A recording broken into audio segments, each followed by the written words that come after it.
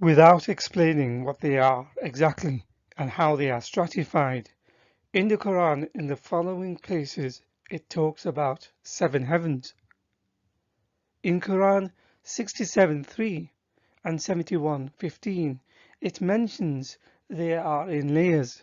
For example, 67:3 says, He, Allah, created 7 heavens as layers. And in Quran 71:15 to 16, it repeats this again.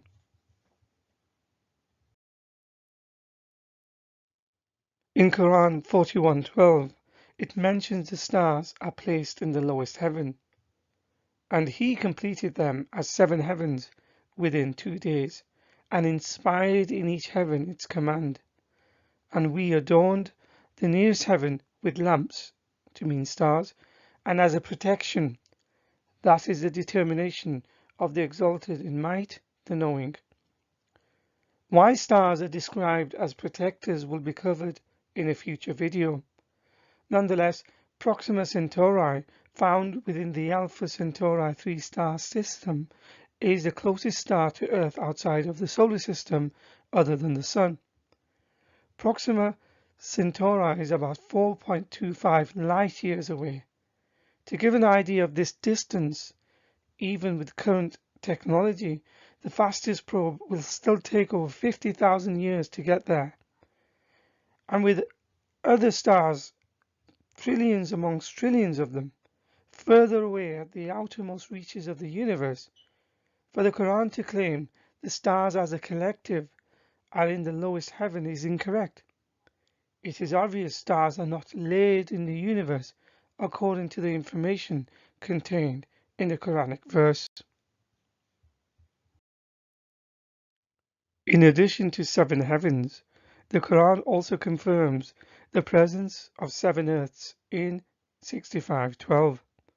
Allah is the one who has created 7 heavens and their like from earth. Here is an image of how the 7 heavens and earths seem to be stratified according to Islamic cosmology, with Allah's throne at the top. In Sahih Muslim 162a, in the chapter The Night Journey on which the Messenger of Allah was taken up into the heavens and the prayers were enjoined, it describes how Muhammad went to the 7 heavens. The hadith is lengthy and the relevant part is here. The full link is in the description. 7 earths are mentioned in Sahih al-Bukhari 3196. In Jami' at-Tirmidhi 3298, the 7 heavens and 7 earths are mentioned in the same hadith, including the distance between each one of them being 500 years. Feel free to pause the video to read it all.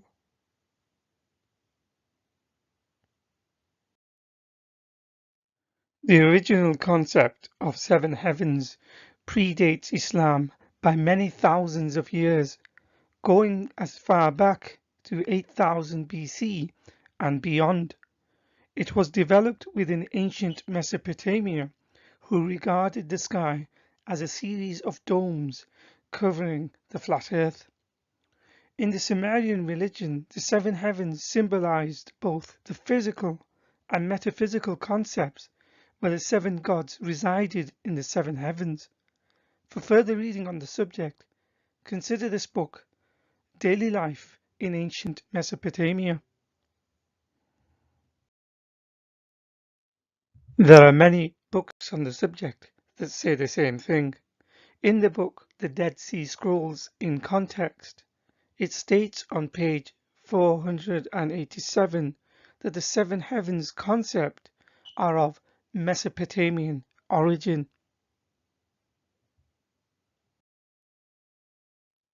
Other books confirm that within Mesopotamian cosmology, the concept of 7 heavens and 7 earths existed.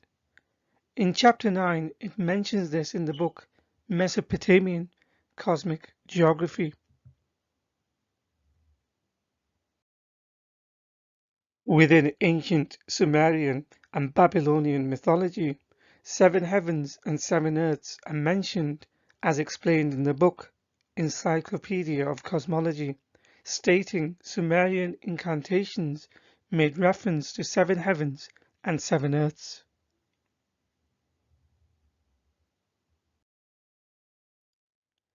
The ancient Greeks, whose history goes as far back as 900 BC, adopted a model of celestial spheres. This cosmology involved celestial orbs nested concentrically inside one another, with the Earth in the middle, and the outermost orb containing the stars. There were 7 inner orbs for the known 7 celestials of the sky, and their ordering is preserved in the naming of the days of the week. Later astronomers who built their knowledge from the Greeks, including early Muslim astronomers such as Al-Farghani and Ibn al-Haytham, used the Ptolemaic model of nesting spheres to compute distances to the stars and planetary spheres. In the Babylonian Talmud, compiled before the Quran, also suggested that the upper part of the universe is made up of 7 heavens. The link and references to it are below. A section clearly describes the heavens as 7 in number. The reference to 7 heavens and 7 earths are found in Legends of the Jews. For example, on page 9 it says God created 7 heavens, and on pages 10 and 11 it mentions how God created 7 earths too. And just as it is described in Jami' Tirmizi earlier, coincidentally the distance is also 500 years. The ancient Egyptians believed that the soul was taken through the 7 spheres of the planets to the Ogdoad, an 8th realm that lay above the heavens where the gods resided.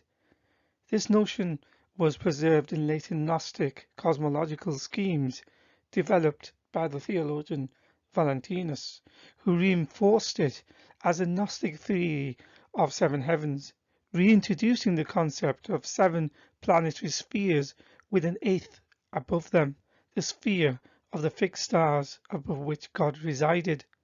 The spheres are convex, upward, centered on God, rather than convex, downward, centered on the earth.